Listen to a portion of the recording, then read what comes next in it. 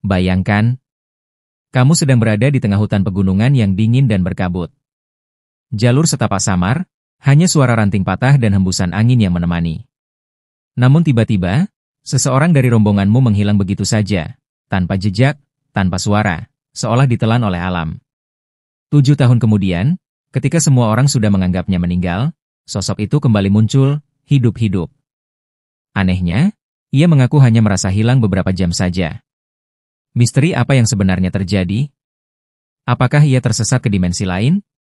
Ataukah ada rahasia besar yang tak pernah bisa dijelaskan logika manusia? Sebelum kita masuk ke kisah lengkapnya, jangan lupa dukung channel ini dengan cara subscribe, like, dan bagikan cerita ini agar semakin banyak orang yang tahu tentang misteri-misteri di sekitar kita. Sekarang, mari kita mulai ceritanya. Kisah misterius pendaki yang hilang dan kembali setelah 7 tahun. Bagian 1, Awal Perjalanan. Tahun 2012, sekelompok pendaki muda memutuskan untuk menaklukkan salah satu gunung terkenal di Jawa. Gunung itu dikenal angker, karena sering memakan korban hilang, namun tetap ramai dikunjungi. Salah satu dari mereka bernama Raka, seorang mahasiswa berusia 22 tahun, penuh semangat dan rasa ingin tahu. Raka dikenal pemberani, tapi juga agak keras kepala. Teman-temannya sering mengingatkan agar ia jangan terlalu nekat, karena gunung bukanlah tempat main-main. Mereka berangkat dari base camp sekitar pukul 9 pagi. Jalur pendakian saat itu cukup ramai. Raka terlihat antusias, bahkan sering berjalan lebih cepat dibanding teman-temannya. Di pos 3, kabut mulai turun. Suasana berubah mencekam, pohon-pohon berlumut tampak semakin rapat, dan suara hutan terasa asing. Salah satu teman Raka, Doni, sempat berkata, "Rak, jangan jauh-jauh. Kabutnya tebal banget, nanti nyasar." Raka hanya tertawa sambil menjawab, "Tenang aja, gue hafal jalurnya. Lagian rame, nggak mungkin nyasar." Siapa sangka, itulah kata-kata terakhir yang mereka dengar darinya. Bagian 2, Hilangnya Raka. Di tengah kabut, Raka melangkah lebih dulu melewati tikungan jalur menanjak. Beberapa detik kemudian, saat Doni dan lainnya menyusul, Raka sudah tidak terlihat lagi. Mereka memanggil-manggil, tapi hanya gema hutan yang menjawab. Awalnya mereka mengira Raka bercanda, mungkin bersembunyi. Namun setelah dicari hampir setengah jam, hasilnya nihil. Malam itu, rombongan terpaksa bermalam di pos berikutnya. Namun suasana mencekam, karena satu orang sudah hilang. Keesokan paginya, mereka melapor ke tim SAR. Pencarian besar-besaran dilakukan, melibatkan puluhan orang, anjing pelacak, bahkan warga sekitar. Anehnya, tidak ada jejak sama sekali. Tidak ada baju, peralatan, atau jejak kaki. Seolah Raka menghilang di udara. Hari berganti minggu, namun hasil tetap sama. Hingga akhirnya pencarian resmi dihentikan. Raka dinyatakan hilang di gunung. Bagian 3, Keluarga yang tak menyerah. Keluarga Raka, terutama ibunya, menolak menyerah. Ia yakin anaknya masih hidup. Berkali-kali ia datang ke gunung itu, membawa sesajen, doa, bahkan meminta bantuan orang pintar. Beberapa paranormal mengatakan bahwa Raka ditahan oleh penghuni gunung. Ada yang menyebut ia masuk ke dunia lain, ada pula yang bilang ia sedang disembunyikan. Namun waktu terus berjalan.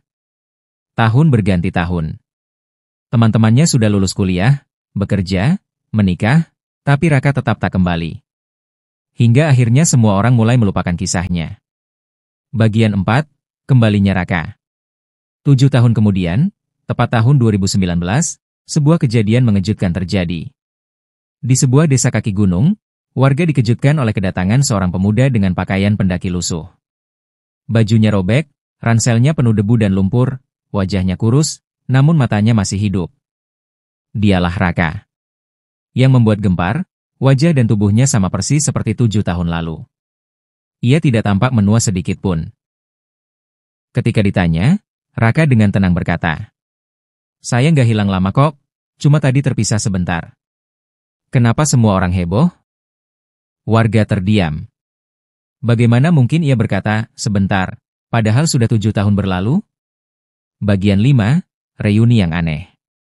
Raka dipertemukan kembali dengan keluarganya. Ibunya menangis histeris, memeluknya erat-erat.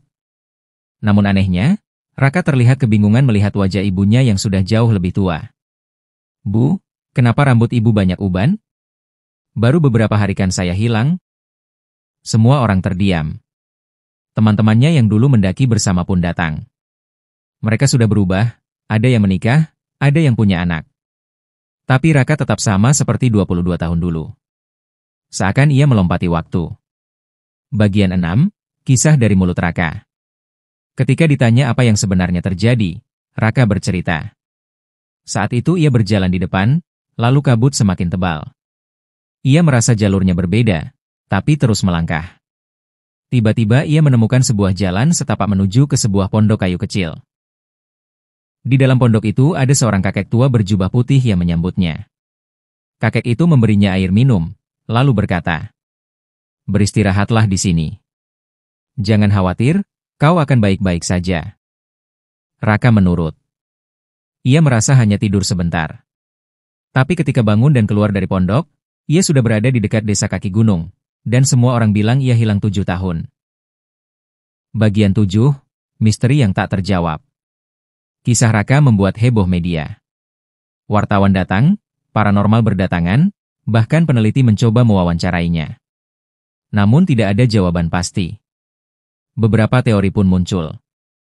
1. Teori dimensi lain. Raka dipercaya masuk alam gaib atau dimensi paralel, di mana waktu berjalan berbeda. 2. Teori halu atau trauma.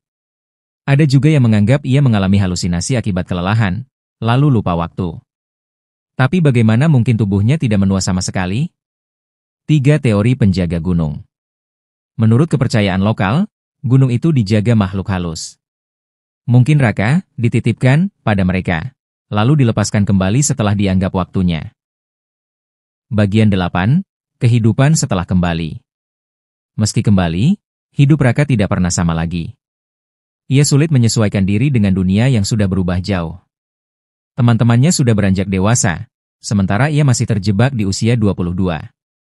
Ia sering termenung, seolah masih mendengar suara kakek misterius di pondok kayu.